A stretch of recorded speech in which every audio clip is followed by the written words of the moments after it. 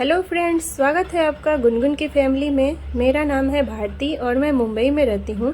मैं एक हाउसवाइफ हूँ और मैं टीचर की तैयारी करती हूँ।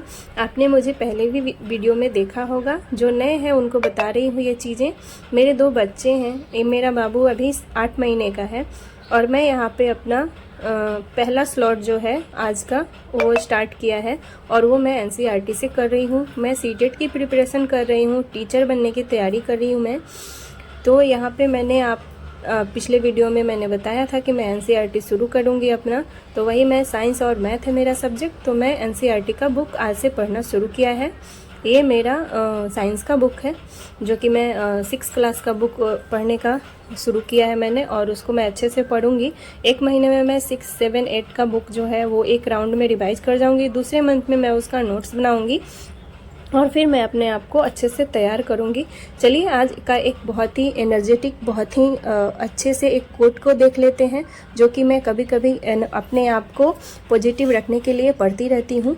तो आज मैं एक कोट बताती हूँ आपको। कमियाँ भले ही हमें हजारों हो तुम में, लेकिन खुद पर विश्वास रखो कि तुम सबसे बेहतर करने का हुनर रखते हो। तो ये चीज़ें हमें पॉजिटिविटी लाती है हमारे अंदर। तो आप अपने आप को कैसे मोटिवेट रखते हैं, ये एक बहुत ही अच्छी चीज़ है कि आप कहीं से कुछ ना कुछ अपने लिए पढ़ें।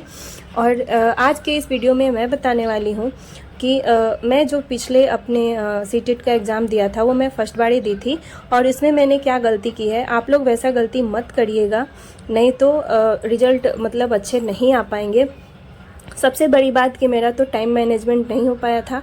मैं बहुत ही अच्छे तरीके से मैं मतलब मॉक टेस्ट घर में लगा लेती थी, लेकिन उसको मतलब मैं टाइम के हिसाब से स्टॉप वॉच चालू करके और टाइम के हिसाब से मैंने कभी नहीं लगाया।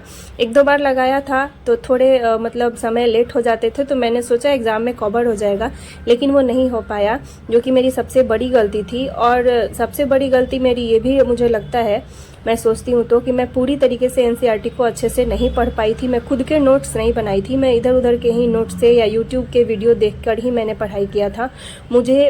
और सबसे बड़ा कि मैंने जो गलती करी थी कि देखिए, जो भी क्वेश्चन होता है हमारे 150 नंबर के होते हैं और एक क्वेश्चन पे हमें 1 ही मिनट अपना टाइम देना होता है। और मैं एक क्वेश्चन पे, आप देखे होंगे प्रीवियस ईयर का क्वेश्चन आप देखिएगा तो क्वेश्चन थोड़ा सा मतलब बहुत ही हार्डली पूछा था, तो उसमें मैंने क्वेश्चन को ही पढ़ने में मैं 2-3 मिनट लगा देती थी और इस वजह से मुझे एक क्वेश्चन को, किसी क्वेश्चन में तो 3 से 4 मिनट भी लग गए थे।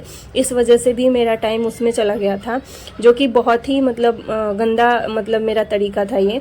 तो ये तरीका आप बिल्कुल मत आजमाइएगा। अगर कोई क्वेश्चन आपको नहीं आ रहा होगा तो उस क्वेश्चन पे आप बिल्कुल भी टाइम मत दीजिएगा और फिर आगे आप बढ़ जाइएगा, क्योंकि बहुत सारे ऐसे क्वेश्चन मैं घर आके देखी थी जो मैं नहीं कर पाई थी और जो मैं गोले भी नहीं भर पाई थी। तो मुझे वो आते थे, लेकिन मैंने वहाँ पे मतलब गोले नहीं भरे और मैं अच्छे से नहीं कर पाई, क्योंकि टाइम बिल्कुल भी नहीं बचा था लास्ट में। और मैं जैसे तैसे करके अपना मतलब एग्ज़ाम दिया था। मेरे बहुत सारे क्वेश्चन भी छूट गए थे, गोले भी मेरे से छूट गए थे।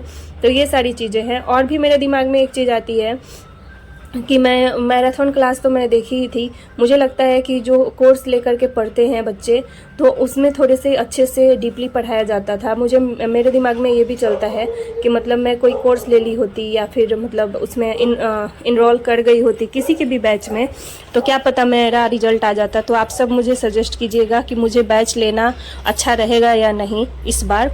तो मैं सोच रही हूँ कि मैं इस बार मैं बैच कोई ना कोई ले लूँ और मैं मतलब तैयारी करूँ उस हिसाब से।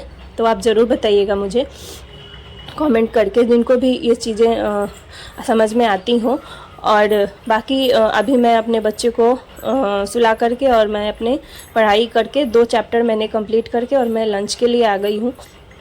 मेरा दाल और सब्ज़ी बन चुका था पहले। अभी मैं थोड़ा सा चावल बनाने की तैयारी कर रही हूँ और मैं थोड़ा सा चावल ही बनाऊंगी और उसके बाद मैं बच्चों को खिलाऊंगी। और फिर जब मेरा बच्चा सोता है तो बच्चों के साथ भी टाइम देना होता है, प्रॉपर उनका भी ख्याल रखना पड़ता है। और जब ये सो जाएंगे फिर मैं अपना सेकंड स्लॉट पढ़ूंगी। और जो जैसे कि मैंने पहले बताया था कि मैं सुबह में उठ के पढ़ाई करूँगी, तो आज मेरा फर्स्ट डे है। मैं सुबह आज 5 बजे उठी थी। मैं ये नहीं बोलूँगी कि मैं 3 बजे 4 बजे उठी थी, क्योंकि मैं उठी ही नहीं थी। मैं 5 बजे उठी थी और मैं 5 बजे उठ करके और मैंने पढ़ाई करी है आज।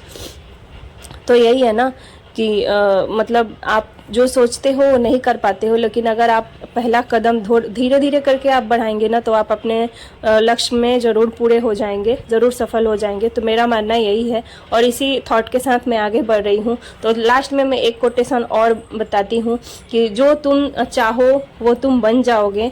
यदि कमज़ोर समझते हो अपने आप को तो आप कमज़ोर हो जाओगे, यदि आप अपने आप को ताकतवर समझते हो तो ताकतवर हो जाओगे। तो सबसे पहले तो हमें अपने आप को पॉजिटिव रखना है और अपने मनोबल को गिरने नहीं देना है कहीं, नहीं तो अगर हम मन से हार गए तो हम पढ़ाई नहीं कर पाएंगे। तो हमें सारी जिम्मेदारियों के साथ हारना नहीं है। हम हाउस वाइफ हैं और हमें सब कुछ देखना है, बच्चे के साथ साथ घर परिवार और अपना पढ़ाई भी। तो सारी चीज़ों को करते समय हमारा मन में थोड़ा सा डिमोटिवेशन आ ही जाता है, तो उसको सभी लोग बनाए रखिएगा पॉजिटिव अपने मन को। और एक कोट आप ज़रूर पढ़ते रहिएगा और जब भी आपको मतलब थकान महसूस हो या आप डिमोटिवेट हो, आपको ज़रूर अपने आप को पुश करना है और आगे बढ़